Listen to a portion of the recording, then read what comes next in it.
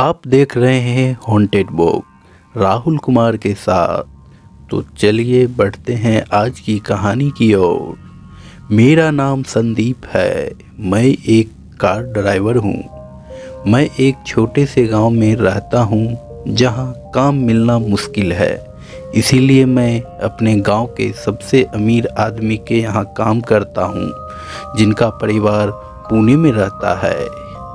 और आज वो लोग आ रहे हैं और मैं उन्हें आज लाने जाऊंगा गांव के ही बस स्टैंड से, जो कि यहाँ मेरे गांव से करीब 8 किलोमीटर दूरी है। और मेरे बड़े मालिक का भी आदेश है जो मैं उनका कहा टाल नहीं सकता। और उन्होंने बताया कि उनके परिवार को आते आते काफ़ी रात हो सकती है, इसीलिए मैं थोड़ा घबरा रहा हूँ क्योंकि उस रास्ते से जाना बहुत मुश्किल है, क्योंकि उसी रास्ते में वो हवेली पड़ती है जो काफ़ी पुरानी है और आए दिन उस रास्ते पे वो घटना होती रहती है। फिर भी मैं जाने के लिए तैयार था। अब समय हो चुका था मालिक के परिवार का लाने को, और मैं गया और कपाट में से चाबी निकाली और सीधा गाड़ी लिया और हाईवे पे चल दिया। और मैं थोड़ा घबराया हुआ भी था क्योंकि कभी उस रास्ते से मेरा आना जाना नहीं हुआ था, इसीलिए मैं गाड़ी भी थोड़ा तेज चला रहा था।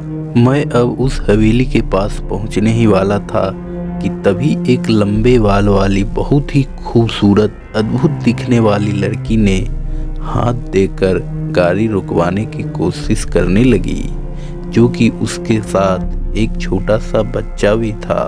मैंने सोचा कि गाड़ी नहीं रोकूं, फिर भी उस बच्चे पर नज़र गई मेरी, तो मैं अपने आप को नहीं रोक पाया और मैं गाड़ी रोक दिया। तब वह लड़की नज़दीक आई और बोली, भैया मुझे थोड़ा आगे तक छोड़ दोगे? मेरा पिताजी आगे इंतज़ार कर रहे हैं, आओ जल्दी बैठ जाओ। मैं इतने में बोला और वह लड़की और बच्चा दोनों बैठ गए। तब मुझे लगा कि मेरे गाड़ी में 2 नहीं 3 लोग बैठे हैं। तभी मैं पीछे पलट गया, लेकिन मुझे वही 2 लोग दिखे। फिर मैंने सोचा ये मेरा भ्रम हो सकता है कि तभी मेरा मोबाइल बज उठा और मेरा ध्यान उन दोनों से हट गया। तब मैंने देखा कि मालिक फ़ोन कर रहे हैं। जब मैं फ़ोन उठाया और फ़ोन की दूसरी तरफ से मालिक ने तेज़ आवाज़ में कहा, अरे ओ संदीप, कहाँ हो? जल्दी पहुँचो, स्टेशन पर सारे लोग तुम्हारे इंतज़ार कर रहे हैं। मैं बोला, जी जी जी मालिक, मैं बस पहुँचने ही वाला हूँ, कि तभी फ़ोन मेरा बंद हो गया। तब मेरे पीछे से आवाज़ आई, अब तुम कभी उन लोगों को घर नहीं पहुँचा पाओगे। अभी मैं पीछे की ओर पलटा तो मैंने देखा पीछे वाली सीट पे 2 नहीं 3 नहीं बल्कि 6 लोग बैठे हुए थे।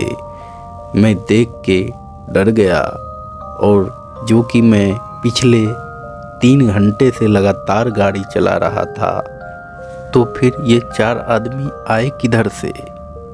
तभी मैंने गाड़ी का ब्रेक लगा दिया और गाड़ी रुक गई। तभी मैं ड्राइवर के बगल वाली सीट पे नज़र दौड़ाई तो वहाँ पर एक आदमी और बैठा हुआ था, जो मुझे देखकर काफ़ी मुस्कुरा रहा था। दरअसल वो आदमी नहीं बल्कि एक प्रेत था। उसके शरीर में कई प्रकार के छोटे बड़े छेद थे। वही उनके सारे साथी जोर जोर से पीछे से हंस रहे थे। मेरे तो पसीने छूट रहे थे और तो मेरे मुंह से आवाज़ भी नहीं निकल पा रहा था। तो सभी प्रेतों को देखकर मेरा हालत बहुत ही ख़राब हो गई थी, क्योंकि सबके शरीर से बदबू भी आने लगी थी अब। और मुझे कुछ समझ भी नहीं आ रहा था कि मैं क्या करूं। तब मैंने गाड़ी का गेट खोलने की कोशिश करने लगा, लेकिन वह गेट खुलने का नाम ही नहीं ले रहा था। तभी मैंने गाड़ी सामने वाली शीशे को तोड़ दिया और वहां से भाग गया। मैं भाग ही रहा था कि मैंने देखा वहाँ गाड़ी मेरे पीछे आ रही है, लेकिन उस गाड़ी में कोई भी नहीं है। यह देखते ही मेरी आँख फटी की फटी रह गई। अब तो मेरा हाल मरे हुए व्यक्ति की तरह हो गए। अब तो मैं ना हिल पा रहा था, ना भाग पा रहा था। में वो काफ़ी भयानक दृश्य था। वह कार जो मेरी तरफ भागती हुई आ रही थी वह पूरी खाली थी और वह सारे प्रेत मेरे पीछे खड़े थे और जोर जोर से हंस रहे थे। तब मैंने उनसे बहुत ही हिम्मत करके और डरते डरते पूछा, आप लोग कौन हैं और मैंने आपका क्या बिगाड़ा है? तो उन्होंने जवाब दिया, हम लोग बहुत भूखे प्यासे हैं और मेरी गलती यह थी कि मैं उस रास्ते पे जा रहा था और उनके नज़र में तो अब मैं उनका भोजन हूँ और कुछ नहीं। तब मेरा नज़र एक पुराने घर की दीवार पर गया जो कि मकड़ी के जाले से घिरा हुआ था। मैं उसके सामने ही खड़ा था। वह प्रेत मुझसे मारने ही वाले थे कि उस दीवार पर लिखाया, पीछे की ओर पलटो और सीधा भागो और पलटकर कभी भी मत देखना। मैंने बिल्कुल ऐसा ही किया। जब मैं भाग ही रहा था तो मैंने देखा एक हनुमान जी का मंदिर था। मैं उसमें आओ न देखा ताओ सीधा प्रवेश कर गया। तब मैंने राहत की सांस ली तो मैं पीछे पलटकर भी देखा तो मेरे पीछे कोई भी प्रेत नहीं था।